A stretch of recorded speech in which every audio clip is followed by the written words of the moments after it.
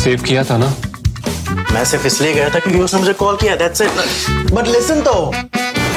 Save it for someone else. जिंदगी में save करना जरूरी है, मगर जब बात पैसों की हो, सिर्फ सेविंग से काम नहीं चलेगा। इक्विटी म्यूचुअल फंड्स में इन्वेस्ट कीजिए और अपने सेविंग्स को आगे बढ़ने का मौका दीजिए। Mutual fund investments are subject to market risks. Read all scheme-related documents carefully.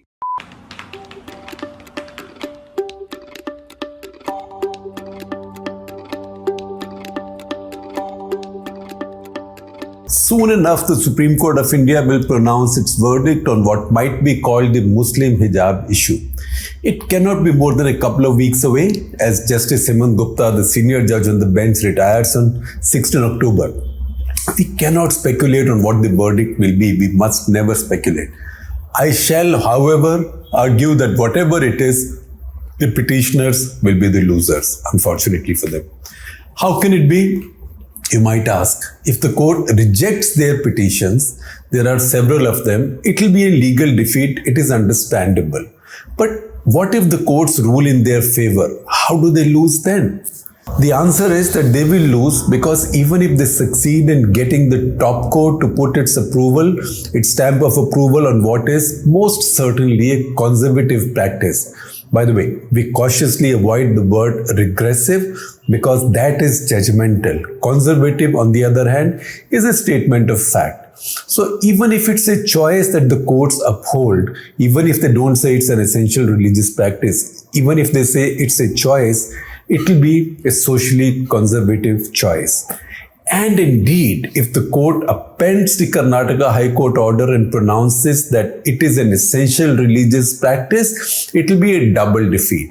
At home, that is in India, it might leave many Muslim women with no choice as families weigh in. Instead of widening choice, it will end up curtailing it. If an order like that comes, it would even be a godsend for Ayatollahs in Iran. See, even the top court in a secular liberal republic is saying that hijab is an essential religious practice at any age.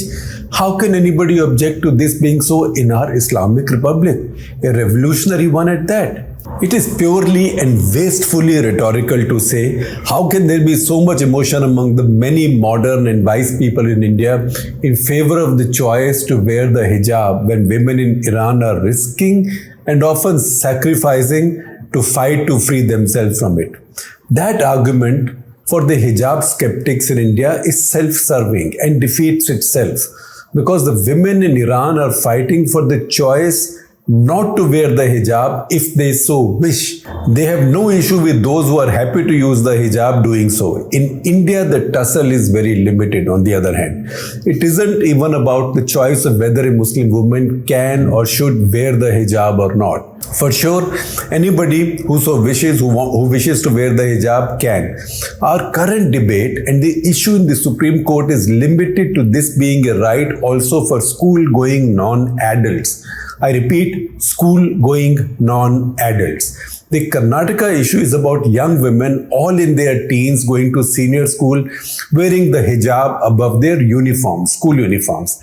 It is likely that the issue has been distorted in the public mind because the institutions involved were called college. But these are junior colleges in Karnataka, as they are called in Karnataka. They would be called senior schools in other places.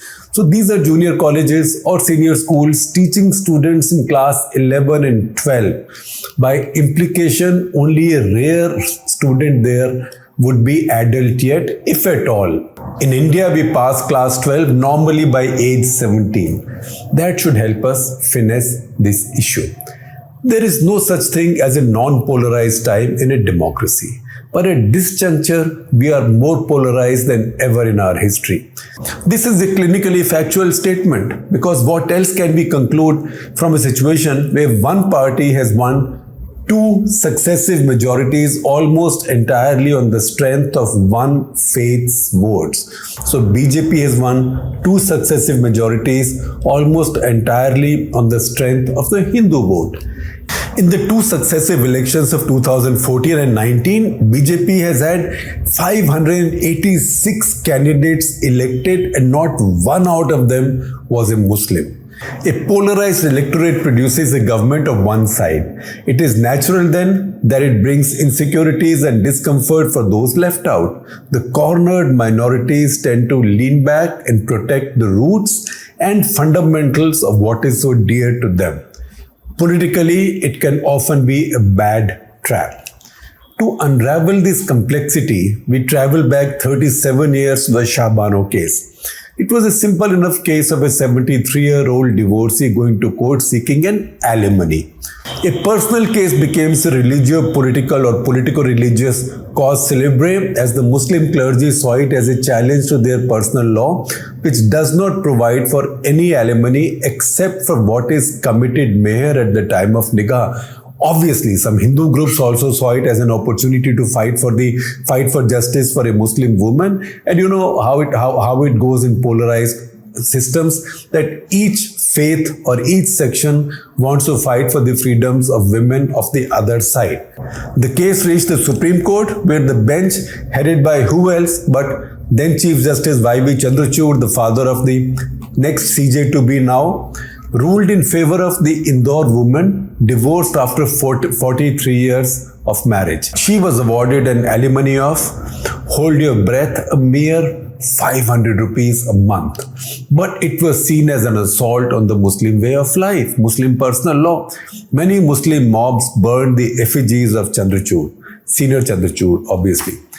I reported it then and wrote a cover story for India Today magazine then. You can see the screenshots on my screen.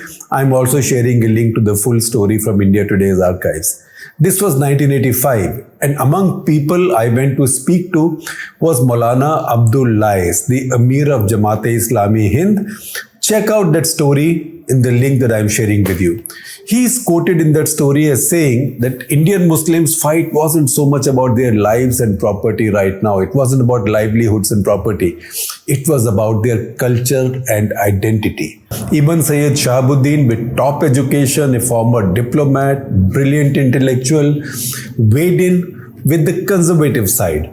He challenged the judgment intellectually and politically by contesting the Kishanganj by-election in Bihar, which Rajiv Gandhi's Congress had won by 1.3 lakhs votes just a year earlier.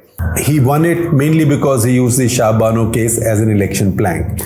I went to speak with him as well, and he, as usual, spoke with clarity. This, he said, was a fight against the inexorable process of assimilation. His words, not mine. And how was he fighting it? By destroying the Congress party's Muslim vote bank. And I quote him now, "This Muslim vote bank has come crashing down, and all the king's horses and all the king's men cannot put it back there again." Shahabuddin was right in that the Congress Muslim vote bank has never been put back again post Shah Bano. It also angered the Hindus and fueled the BJP campaign of minority appeasement. The many further blunders Rajiv Gandhi made in trying to assuage the Hindus now, including the unlocking of the Babri Ayodhya site, which Jairam Ramesh recently acknowledged as an error, this angered the Muslim community even more and failed to convince the Hindu majority as well. So Muslim minority was lost and the Hindu majority was lost as well. The political result finally is the two successive majorities for Narendra Modi's BJP. Remember again, it was all about a rupees 500 a month alimony for a 73-year-old, mostly illiterate and poor divorcee. What's happening right now is about a few school kids seeking the right to wear the hijab over their school uniforms. It isn't as if there weren't voices of modernity then. There were many within the Muslim community. Arif Muhammad Khan, then a Minister of State in Rajiv's Council of Ministers, argued for not interfering with the SC judgment. He said, and I quote, "My faith, Islam, is progressive and modernizing." This was an interview in the same story in India Today magazine. Ultimately, he had to resign as an angry man from the Congress party and the government. Quoted in the same 1985 story is Shahid Siddiqui, then young editor of Urdu daily Nai Dunya and now one among the 5 Muslim notables who met to have that conversation with Mohan Bhagwat. Every small town, and I'm quoting now, Quote, every small town Maulana has become a leader now with narrow objectives and narrow interests. Then Shahid Siddiqui had said. There was also Professor Kausar Azam, who taught political science at Hyderabad's Osmania University. She ruled the absence of reformers like Mahatma Gandhi and Raja Ram Mohan Rao among the Muslims, and the sad fact that a modernizer like Hamid Dalwai died so young. Another liberal modern voice that featured in that story is that of JNU professor Zoya Hassan.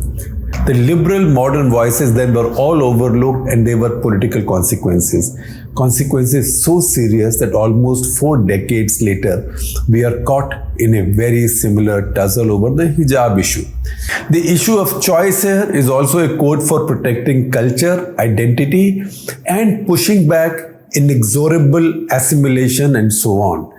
The big difference is that the educated, respectable, and established Muslim voices that were on the modernizing side on the Shah Bano issue are on the other side now. They fought a good moral and intellectual battle in 1985 and then lost. They are fighting on the opposite side now, mostly because they worry about Narendra Modi, and those worries are justified. Unfortunately for them, however, they are set to lose again, whatever the verdict, as we had argued early on.